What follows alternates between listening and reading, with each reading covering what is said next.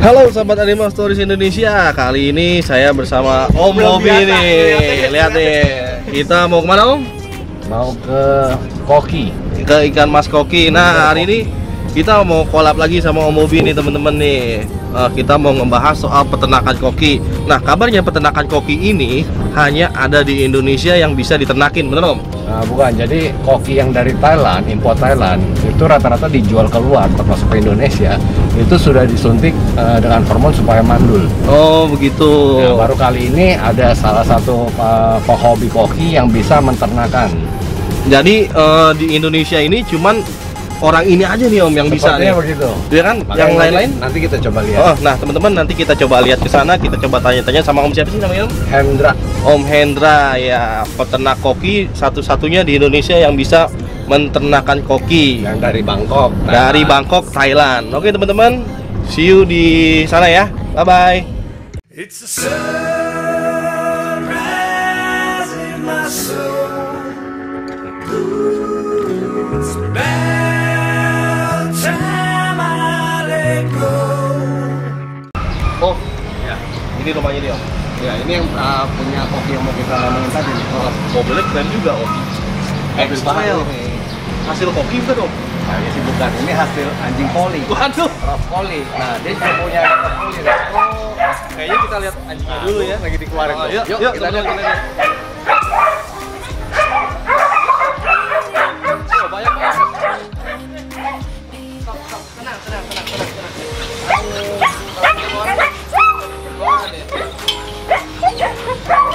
Nah, teman-teman, sekarang kita udah ada di rumah Om Hendra nih sama Om Bobby Set. Nah, sekarang kita lagi lihat-lihat ngomongnya dulu. Gimana kalau kita tanya-tanya dulu nih sama Om Hendra tentang anjing golinya nih. Halo, apa kabar? Kenalin Om Bobby. Halo. Oh iya, ini Sohib ya. Nah, teman-teman, sekarang kita mau tanya-tanya nih sama Om Hendra. Om, bisa nggak sih melihara anjing ini?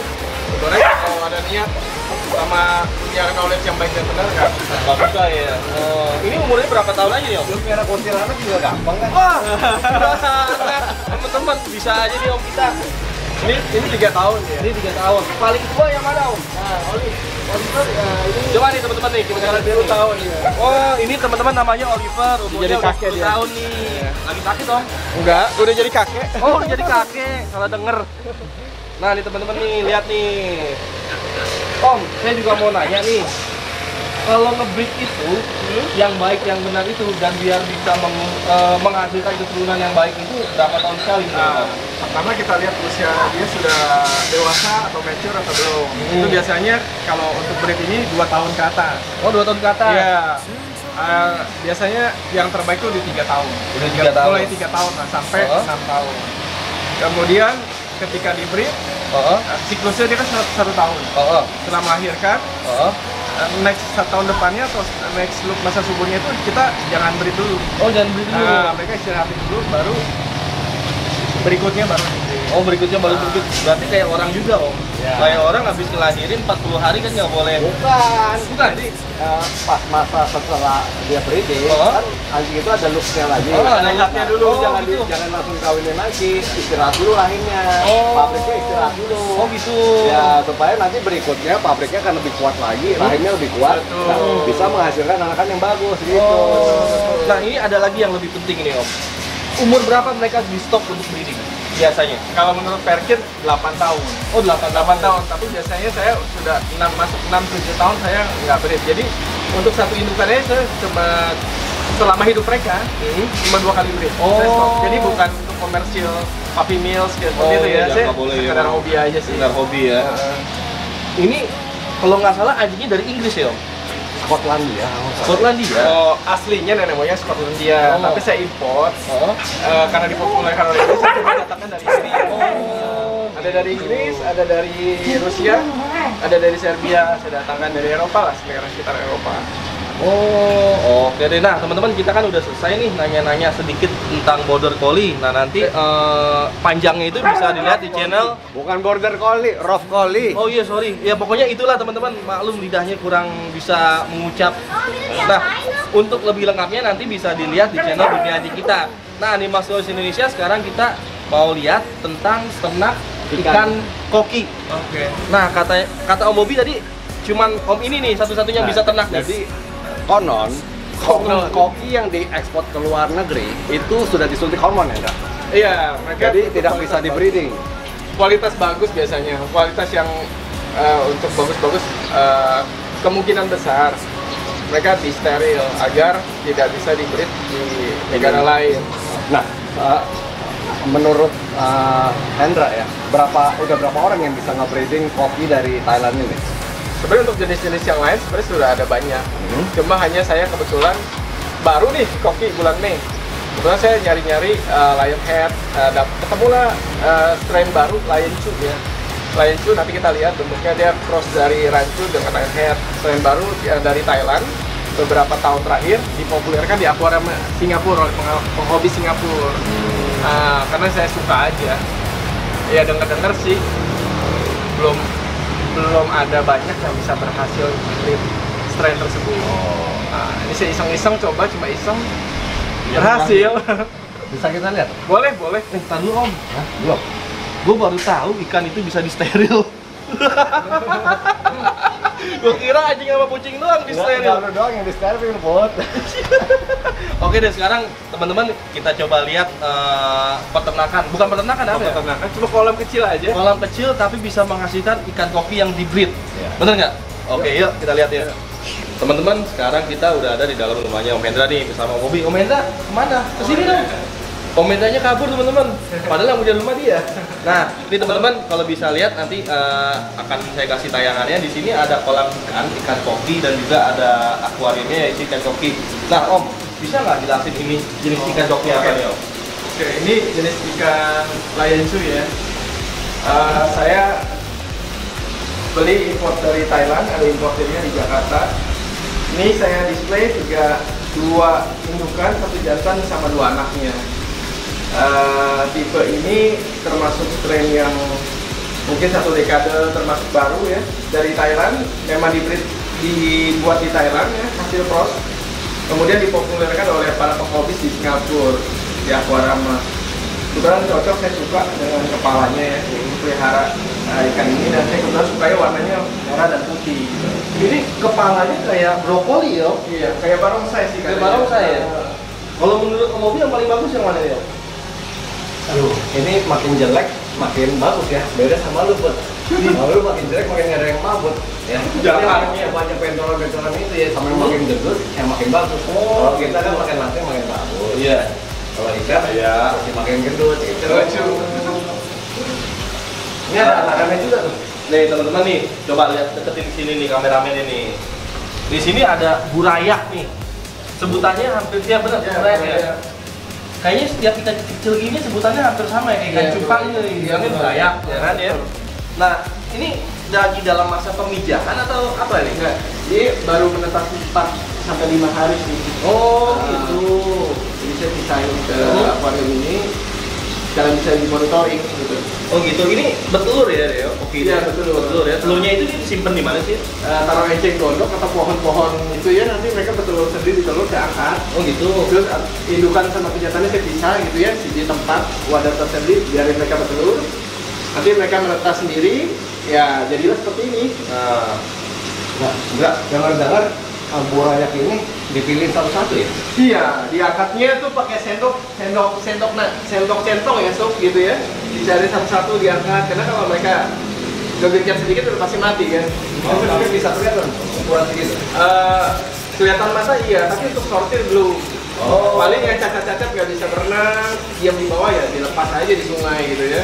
Ini yang normal bisa berenang dengan normal, bisa makan ya saya pisahkan di sini. Nah, yang disortir pakai sendok itu lihat apa nih? Untuk tahap pertama sih dilihat dia bisa berenang atau enggak. Yang bisa berenang saya pisahin. Kalau yang udah nggak bisa berenang di bawah tuh melintir-melintir aja, itu saya nggak akan pelihara. Saya lepas aja di sungai karena itu pasti atau lambat pasti mati gitu kan. Nah Om, ini cara dia bertelur ini, dia melepaskan telurnya itu dari dubur atau dari disimpan di mulut dulu baru keluar gitu ya? Di sekitar area dubur ada alat untuk keluar telurnya ya. Nanti pas matang bonat dia akan keluar seperti corong gitu ya, transparan. Nah itulah buat keluar telur maupun spermanya dari sana. Berapa ratus butir telur yang bisa keluar dari mereka itu? Sebenarnya ikan koki katanya sih ya bisa ribuan. Bisa ribuan. Bukan. Cuma kalau yang ini jadinya cuma sedikit. Jadi cuma sedikit ya? Saya nggak tahu ya, mungkin karena itu kali ada isu bahwa disuntik. Saya cuma kebetulan beruntung bisa bertelur satu indukan tuh mungkin 50 sampai 100 ekor aja. Oh gitu. Ini kayak Om pernah kalau masih kecil itu teman-teman pernah kan kalau masih kecil di got dan cari ikan cere. Betul ya? Mirip ikan cere nih. Tapi gedenya cakep ya. Tapi gedenya cakep begini. Itu keajaiban Tuhan tuh teman-teman. Bukan itu daun yang berembun. Itu makanannya sayur. Oh makanannya sayur Om? Makanya saya kasih artemia ya, artemia pelet. Artemia itu kayak udang remik kecil-kecil gitu ya. Biasa Om kasih makan itu berapa kali sehari? Biasa kalau istilah di koki itu ada grooming ya. Grooming itu membentuk badan jadi bagus ya. Range-nya tuh kasih makan dari 6 sampai 10 kali. Saya biasa kan 10 kali sehari nge-push ya. Jadi pertumbuhannya bagus, hasilnya juga bodinya isinya padat gitu kan. Dan jenis makanannya ada tipe-tipe. Kayak saya pakai hikari dan pakai hikari. Hikari lionhead dia khusus nge-push pembentukan kepala. Ini kan ada wound, ada puntan ya, jelly di kepala ini enggak. Kemudian ada pakai hikari growth untuk pembentukan badan, seperti itu sih. Om ngerti? Bingung ya? Saya lagi mikirin itu pepes ikan telur mas, telur ikan. Waduh. Lihat ikan mas, ini ikan kopi ya. Jadi kebanyakan ikan pepes ikan. Nah teman-teman coba nih kalau bisa lihat tuh, lihat mukanya tuh lucu kan dia tuh. Kayak barongsai, malah saya bilang tadi pertama kayak brokoli, dibilang bukan kayak barongsai kata Om Indra nih. Masing-masing interpretasi deh. Nah ini makin gendut ya, makin bisa berenang apa? Ada kan suka lihat yang terbalik gitu. Kalau terlalu gemuk karena ada kelainan anatomi biasanya gelembung renangnya itu pecah ataupun rusak, makanya terbalik. Kalau dia anatominya normal dan baik, nggak tidak cacat, nggak ada masalah sih ya, dikasih makan banyak juga ya. Malah dia berisi. Ini sebenarnya ya, ikan kopi ini adalah hasil ikan genetik yang dibuat oleh manusia atau memang sebenarnya dia sudah ada di alam lalu diternakan oleh para penghobi? Hasil rekayasa genetik ya. Hasil rekayasa genetik ya. Betul. Tahu nggak dari ikan apa Om? Apa ya? Saya juga lupa namanya. Karpus. Kalau nanti searching di Google aja, dia seperti kayak ikan mas gitu ya. Kemudian disilang-silang beratus-ratus tahun gitu ya. Mungkin di China, di Jepang, akhirnya jadilah ikan koki. Ikan koki juga banyak tipenya, ada oranda, ada ryukin, ada rancu, berbagai jenis lah ikan koki. Oh jadi memang dia bukan ikan hasil yang dari bukan alami, ya. bukan alami. Mereka adalah ikan-ikan hasil dari rekayasa genetik yang dibuat oleh penghobi sebagai ikan hias. Betul, makanya strain Lion Chu ini kan di hasil rekayasa genetik khusus dari Thailand. Oh gitu. Tapi asalnya sendiri itu dari mana awalnya? Kalau koki itu asalnya kan dari Asia Timur. Asia Timur. Dari China, dari dan Jepang. Jepang ya. Iya, kemudian ya tersebar seluruh dunia gitu ya. Bahkan katanya ada tipe oranda itu dikembangkan di Belanda. Isinya saya sih masih newbie ya, cuman yang saya dengar seperti itu. Kalau menurut Om Bobi nih, kira-kira nih Om, pernah dengar nggak harga jual ikan koki termahal di Indonesia? Kalau harganya berapa? Sih belum pernah, cuman kalau saya dulu sekali pernah beli 200.000. 200.000. Kalau ini harga berapanya? Kalau ini saya beli dari importir, dia dari yang kecil ukuran 3 in, dia jual 1,5. 1,5 apa ini Om? Juta. Sampai dengan mungkin sekitar 4 juta gitu ya. Tergantung size, tergantung kualitas biasanya sih harganya. Kalau yang di sini harga berapa nih? Ini dijual? Ya ini saya nggak jual. Enggak, kalau misalkan ada bukan yang ada yang mau beli ya, harga ini berapa? Kalau misalkan sebesar ini berapa biasanya? Seperti ini ya, seperti ini mungkin sekitar 4 juta. 4 juta. Tapi kalau ada yang mau beli pun saya nggak, banyak yang mau beli nawar ikan pejantan ini. Saya nggak lepas karena kita beli ikan impor. Hati-hati kecebur. Iya. Belum tentu bisa nyetak anakan di sini gitu. Jadi kebetulan pada bisa nyetak ya buat apa saya lepas. Even saya ada beli yang 5 juta pun nggak belum bisa berhasil di breed gitu. Kalau kontes-kontes koki gini ada nggak sih? Ada Ada ya? saya tidak tertarik untuk mengikutinya.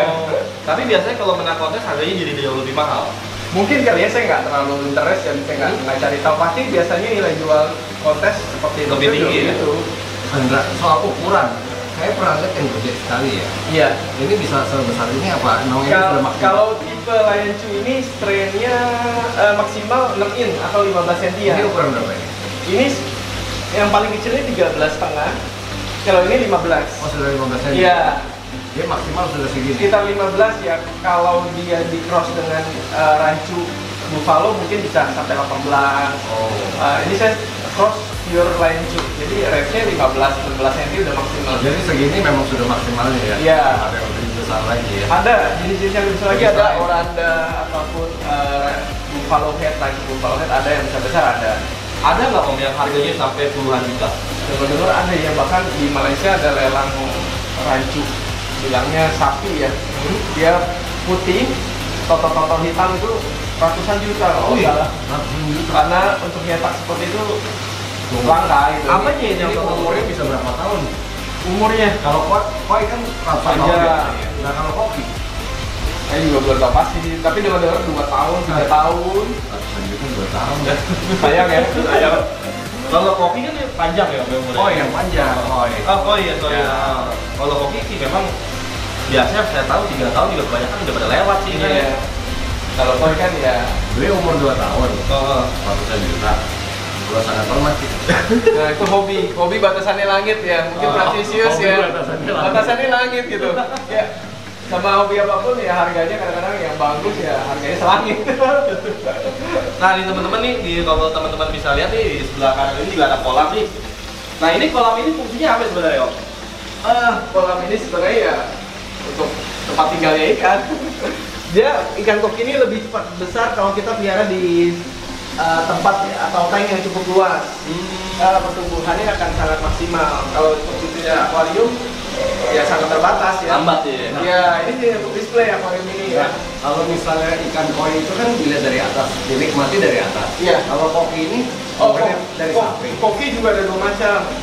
Kalau di Jepang itu terkenal dengan PCA, rancu, Tokyo rancu ya. Dia dinikmati dari atas. Kalau yang saya beli ini sebenarnya Sanchiu. Memang harus dinikmati dari samping. Cuma memang punya medianya saya hanya kolam ini gitu.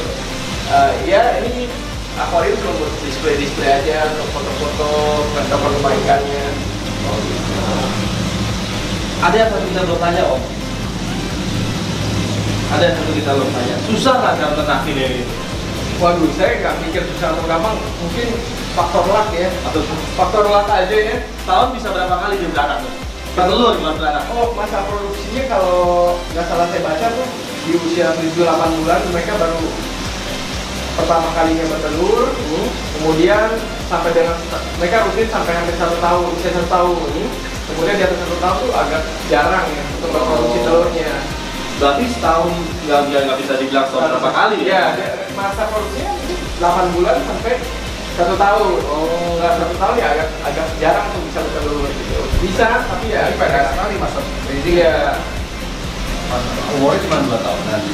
Umur 18 bulan baru bisa di breeding. Lalu umur 1,5 tahun sudah bisa di breeding. Dengar-dengar sih ada juga yang sampai 4 tahun, cuman ya itu relatif ya. Jadi bertelurnya alami atau dibantu? Kan ada yang ditekan gitu. Kalau saya sih alami. Sempat lihat juga di YouTube ada yang hand breeding ya. Jadi Jadi, nyakitin tuh ya? ya pijitin ketika mata bonan. Kalau saya sih alami aja, nggak ngerti juga caranya. Cuma Tahu. sekedar hobi. Tahu bertelur aja ya? Ya bertelur. Kamu saya kita cobanya. Oh jangan. Itu animal abuse tuh kalau ya. Dosa. Kalau misalkan nih ada teman-teman dari Animal Storage Indonesia nih mau beli anakan ikan mas koki, bener nggak ikan mas koki? Bener ya? Ikan mas koki bisa komentar. Silakan, boleh-boleh saja. Yang penting punya media cukup ya pelihara. Akuarium, Ya, ya. saya kalau dibeli Iya, Nggak terlalu kasihan ikannya mati, juga ya. ya. Walaupun mereka ikan, mereka juga punya nyawa teman-teman. Jadi komentar ini sangat menghargai ikan-ikannya juga. Makanya dia nggak sering-sering ngebreed. sayang uangnya juga sebenarnya. Bener. Oke deh teman-teman yang nonton Indonesia, kita akhiri dulu kita akhiri dulu bincang-bincang kali ini ya bersama Om Bobby dan Om Hendra. Terima kasih Om Hendra, terima kasih Om Bobby.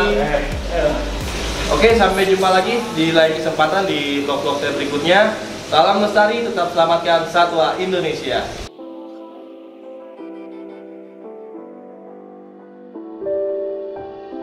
This is not forever.